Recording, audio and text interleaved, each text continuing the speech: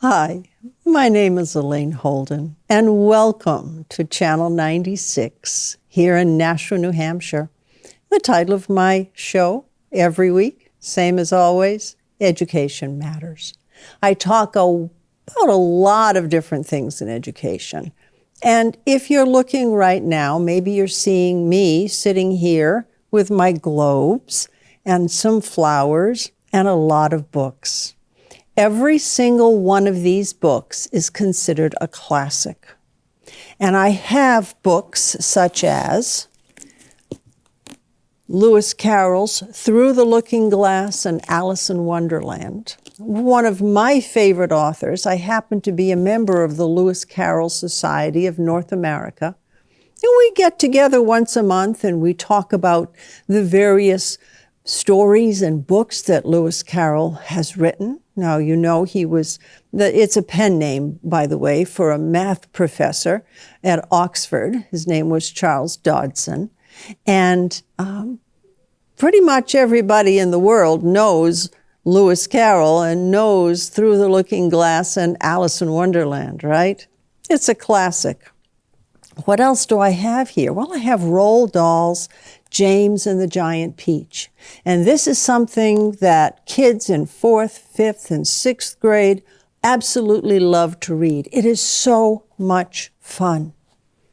I have The Giver by Lois Lowry. And this is the first book in 4 that she wrote. It was a series. I met Lois Lowry many, many years ago. She's a lovely, gracious lady, very articulate, and someone who loves literature, loves to write, loves to engage in conversations with children.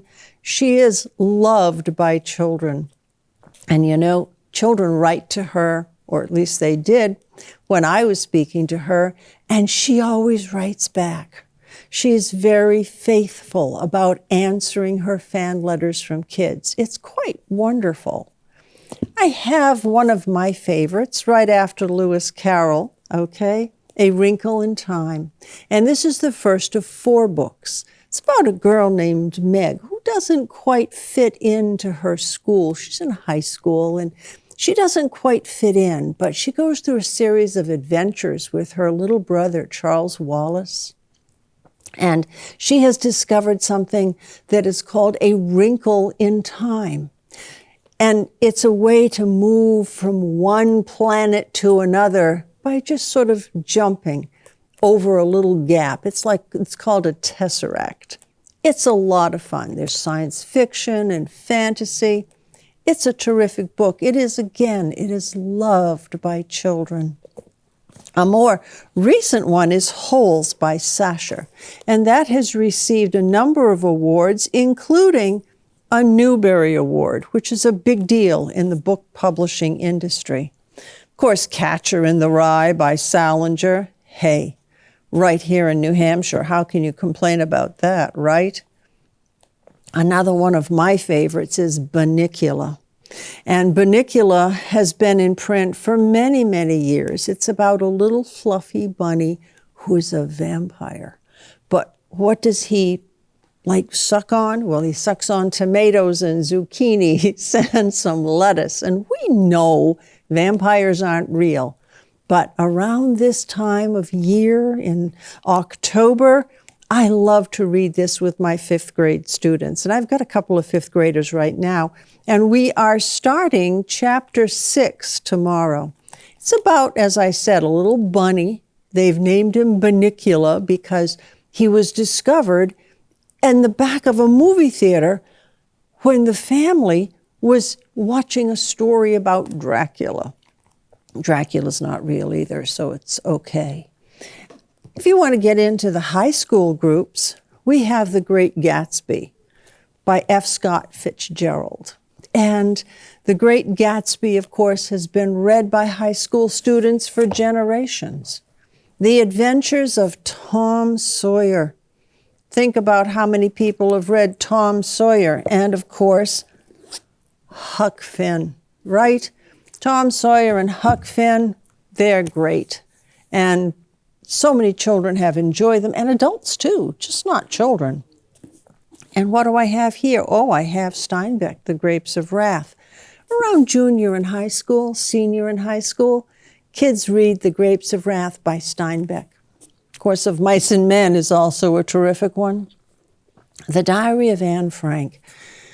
We see children in maybe 9th grade, 10th grade, reading the Diary of Anne Frank when they're studying World War II, they're studying the Holocaust. The Diary of Anne Frank allows the teachers to help the children really engage with somebody that had sadly suffered and died in World War II, but to read her thoughts, read her feelings. It brings it to reality for them. And that's sometimes hard to talk about a war and to make it real. And that's the sort of thing where the Diary of Anne Frank really makes a difference. Reading about the Depression in America in the 1930s. The Grapes of Wrath does that. It makes it personal. It makes it understandable. All of these books are considered classics. Of course, I also have To Kill a Mockingbird by Harper Lee.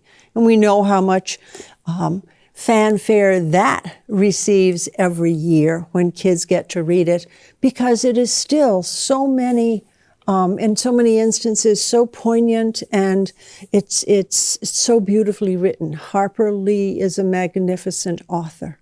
So what do all these books have in common? Well, they're classics, for one thing, and everybody loves a classic, right? It's beautifully written.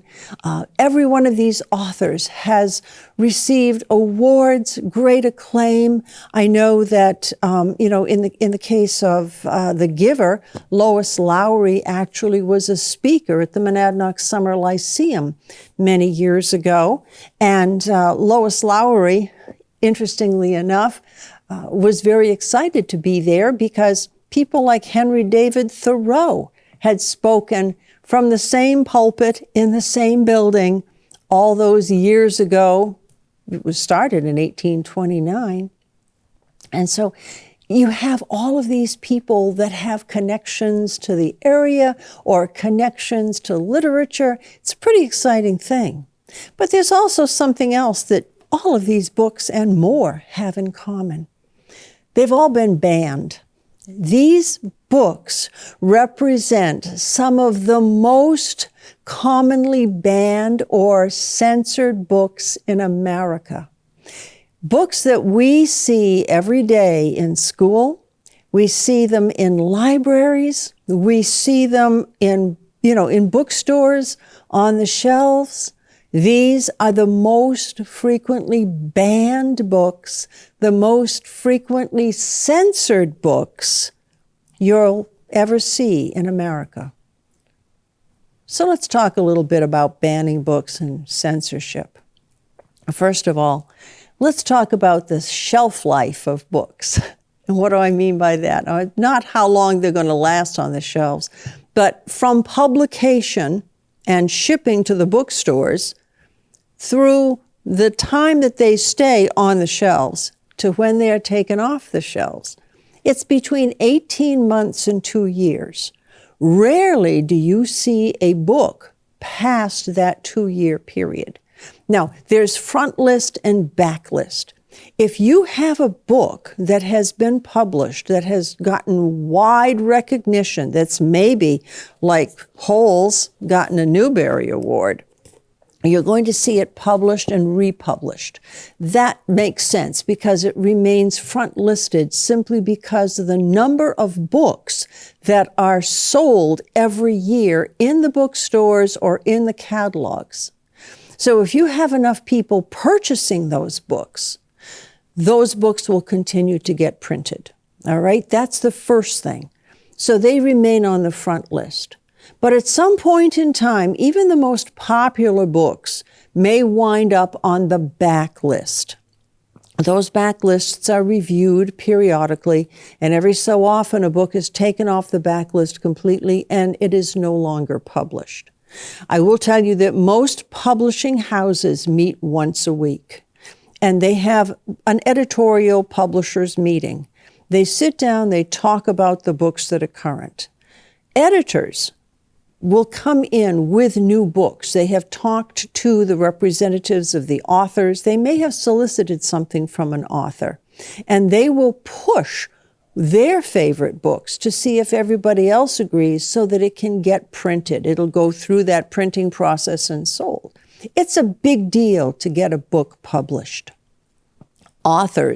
Most authors that are in the field have agents, and their agents take on the job of pushing the book to one editorial, group or another. Depends upon the publisher as far as, which publishing house that they're going for, what they think is the good match. So somebody may look at a book and say, you know what, this is a children's book, or this is a teen book, or this is a young adult book. And there are certain publishing houses that focus on that demographic. And so the author's representative, the agent, will go to hopefully somebody that they know in editorial and try to push the book. If it's a known author, there's a greater chance that that book will be sold. And if it's a known author that's on the front list that has sold a large number of books already, that publishing house may take a risk and contract for maybe 2 or 3 other books. So let me give you an example.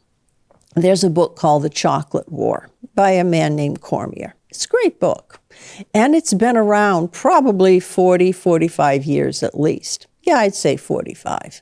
So The Chocolate War is well written, has good characters, exceptional plot. Librarians across the country really liked The Chocolate War when it came out. Okay, so far so good.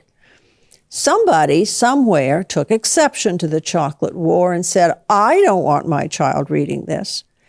If you're a parent and you don't want your child reading a book, it is your choice as a parent to say, I don't want my child to read this book. Please find another book that I find acceptable for my child to read. That is perfectly appropriate for a parent. But if a parent says, I don't want my child to read this book, and I don't want everybody else's child to read the book either, we have a bit of a problem here. Because that parent cannot make that decision for everybody else's child. So, for example, if you have a parent that says, I don't want Bunnicula read by my child because it references vampires. It happens to be a vampire bunny, as I said, that sucks the juice out of tomatoes and sucks the juice out of zucchinis. It's cute, it's funny. Vampires aren't real, and neither are vampire bunnies. It's told from the perspective of Harold the dog and Chester the cat, okay? There's no foul language in it. There's nothing offensive in it. It's just a little vampire bunny. It's made up. It's fun. Kids love it, especially around Halloween, right? But many parents have complained bitterly about Bunnicula. So what happens? Well, you've got a 5th grade teacher, 6th grade teacher who is expecting to teach Bunnicula. It's a classic. Everybody knows about it. Everybody loves it. Parent comes in and says, I don't want Bunnicula taught to my child. I don't want my child reading Bunnicula. Okay, fine. Teachers aren't going to argue with that. They will work with the parent to find another book that has a good plot, that has well-done characters, that really gives the same message that you would have had with Bunnicula. It's comparable in design and structure, but there's no vampires in it, bunnies or otherwise. That's perfectly appropriate. It's a parent's choice. But as I said, when a parent says, I don't want my child to read it, and I don't want anybody else's child to read it either, that's when we have a problem, because other parents have the right to make the decision for their child. And if other parents say, I want my child to read Bunnicula, the parent who doesn't want the child reading Bunnicula needs to back it off. simply because they're in charge of their own child and nobody else's, all right? So this is where we start to see a controversy, because folks come in not just demanding that their child not read a specific book, but that everybody else's child won't have the opportunity to read it either. This is one of the reasons that librarians, reading specialists, teachers, and administrators fight censorship and fight book banning, because it really is a violation of freedom of speech. So to get back to the chocolate war, what happened with the chocolate war was that Cormier's book got such rave reviews and was so loved by so many readers and teachers and librarians and reading specialists that the publishing company said, wow, we've got a winner here. What are we going to do? We're going to contract this guy for another book right away. And so he wrote I Am the Cheese. I Am the Cheese also was, banned and censored, and there was all kinds of complaints about I Am the Cheese. I could defend teaching the chocolate war. I could defend teaching it, taking 4 to 6 weeks to teach the chocolate war, because it's a very well-written book. And it covers plot, it covers character. It's a multi-dimensional character and plot type of book. I Am the Cheese, by the same author, is not so good. I certainly wouldn't fight it being on the shelves of the library, and I wouldn't fight it being on the shelves of a bookstore. But I'm not going to say, yeah, I think you should devote 6 weeks of instruction to it, because it doesn't have the same merit. So we need to look at instructional time versus reading access. If a parent or a number of parents complain about devoting 4 to 6 weeks of instructional time to study a specific book, if that book doesn't have merit, I agree. I don't agree to take a book off the shelves, but I certainly say if it's not a strong book, we should not take time to study this book. We should just leave it on the shelves, and if the kids want to read it, that's fine. And if a parent says, I don't want my child reading that book, then they just don't get to check it out of the library. That's perfectly appropriate, perfectly acceptable. So we need to pay really close attention to book banning and censorship and the rights of an individual parent governing what their child can read versus the violation of the rights of other children and other parents who may indeed want to have their child read that specific book. So we have a lot of issues here that really need to be ironed out. And I, coming from the position of having been a supervisor of reading for a number of years in a fairly large school system, I have to be able to justify allocating teaching time to certain books. I can justify allocating teaching time to A Wrinkle in Time. I can justify allocating teaching time to The Giver. I can justify Catcher in the Rye. I can justify, certainly, To Kill a Mockingbird. I can justify pretty much every one of these books. Now, I happen to have a book over here, R.L. Stine, Goosebumps. We know how many Goosebumps books are out there, right? And what is controversial about this? I'm not sure. It's 3rd grade reading level, maybe 4th grade. It's a chapter book. There's something about it that's appealing to kids. What I find is that there are many students who struggle to read, but still want to be able to read, and they want access to books. But they're not going to be able to read something like Catcher in the Rye. They're not going to be able to read something like Holes. But they have access to something such as this type of a chapter book. It's thin, it's narrow, they can get through it pretty fast. The words aren't tough to read, they still are sitting there in study hall reading a book just like everybody else. And Goosebumps, I mean, come on. It's got to be a little creepy, a little scary, just enough so that they look kind of cool when they're reading it, right? They don't want to be reading about Bunnicula when they're in the middle school or in the high school. Bunnicula is cute, but it's not creepy enough to be cool. And Goosebumps is. But you know what? Goosebumps is also heavily on those banned lists. What do I say? If you want to take teaching time to teach Bunnicula or Catcher in the Rye or To Kill a Mockingbird, depending upon your age and grade level, I can support any one of those because they're good quality. It's good literature. It's good writing. These authors know their stuff. Goosebumps, I wouldn't say put any teaching time into it. But you know what? You need to keep it on the shelves. You need to keep it on the shelves because there's a group of students who may only be able to access this kind of book. And they still want to read, and they still want to improve their reading, and they want practice in reading.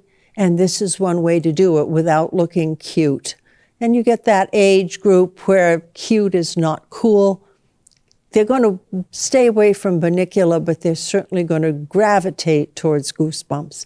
That's not bad. That's why we cannot ban these books. So let's think about instructional time versus overall access. As I said, if a parent chooses to have their child not read a story or a book, that is the parent's prerogative. I will also tell you that every time somebody wants to censor a book or ban a book, everybody in the publishing industry is very happy. Why? Because the minute you say, that book should not be read by students, or even that book should not be read by adults, what do you think's going to happen? Yeah, every adult who can read is going to go and find that book and read it. And every kid is going to look for that book. And they're going to find it. They're going to find it on the internet. They're going to pass it around one to the other. They're going to cover it over with a brown paper bag if they have to. But they'll be passing the book from one person to another. One person gets that book, it's going to circulate. I guarantee. I think about Miller's The Tropic of Cancer. Now that came out in the 50s. It's been banned for, 35, 40 years. My friend Nancy's, and I mean, we were in upper elementary. We were in like the 6th or 7th grade. My friend Nancy's mother got a hold of a copy. Probably went to Boston to buy it, those Boston bookstores. Bought it and read it. And of course, Nancy, who had heard about it and overheard it on from the parents talking at the dinner table, couldn't wait to come into school and say, my mother read The Tropic of Cancer. We were all interested. So we said, can you bring it in? So there were 3 of us, as well as Nancy. That made 4. Nancy got it off the bookshelf at home, snuck it into school. Of course, there's a brown paper bag wrapping over it, so it looked like a regular school book. And we're all sitting around whenever we could reading that book. Now, I will tell you, quite frankly, it didn't really register with us, 6th, 7th grade.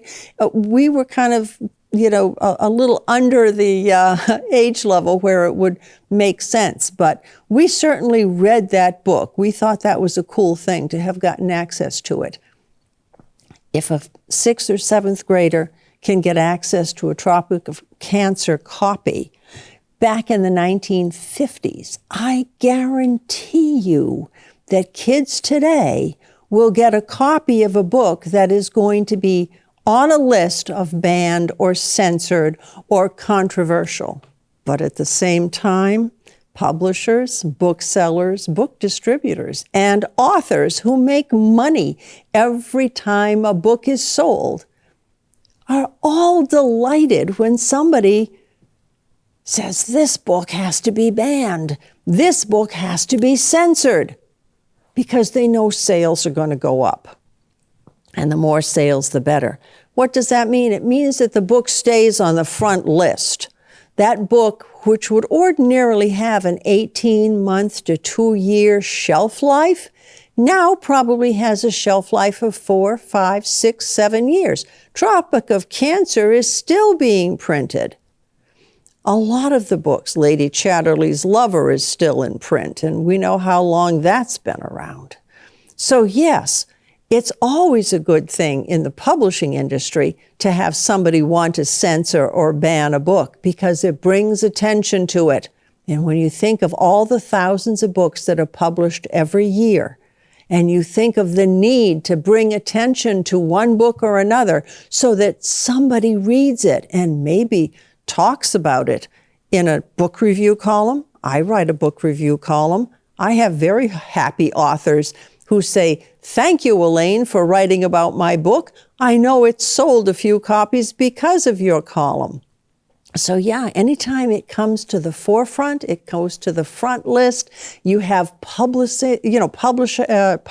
in newspapers or on the internet, somebody creating a buzz and somebody saying this book should not be read. That gives the publisher, the editor, the author, the book distributor, and the bookseller little goosebumps of happiness because they know they're going to be selling more copies of the controversial book. Kids will go for it. A lot of adult readers will go for it if it's an adult book. And that makes everybody happy. So yeah, keep up with the whole censorship thing if you want to. But remember, if you don't want your child to read a book, that's your choice. If you don't want anybody's child to read that book, that's infringing upon the rights of other parents and other children. And that's where that line has to be drawn. So these are some things to think about when we think about censorship and we think about book banning. So I'd like you to really take it to heart and have a good sort of interior thinking process about it and what you have to say to yourself, to your spouse, to your significant other about books, book banning, and the reasons why you want those books either not read or not available to your family members, especially to your children. But I strongly advise before you make that decision, you read the book yourself. And you decide, don't take somebody else's word for it. You decide whether it is in keeping with your values and the values of your family and your community, or if it's really infringing on those values. And make a decision, an informed decision, rather than taking somebody else's word for it. So that's my recommendation today. That's my talk today here on Education Matters on Channel 96, Nashua, New Hampshire. I thank you for joining me today. If you have any comments or questions, you can certainly get in touch with this station and they will pass them on. In the meantime, if you are looking for books to read and you have some free time, take one of the classics. Look at A Wrinkle in Time. Look at Bunnicula. Look at A Catcher in the Rye. Look at The Giver. Look at James the Giant Peach. There's a lot of opportunities to read some really awesome books. So that's the message. Thank you so much. I'm Elaine Holden, your host for Education Matters. Thank you.